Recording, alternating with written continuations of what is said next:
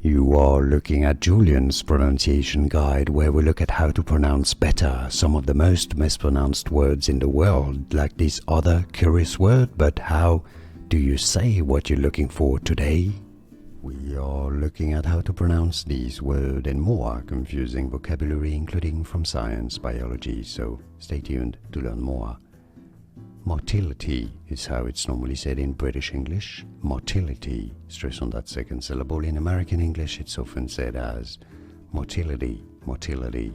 And now, you know, like this video. If you found it useful, I appreciate your support and more videos for you here to learn more correct pronunciations. Thanks for watching.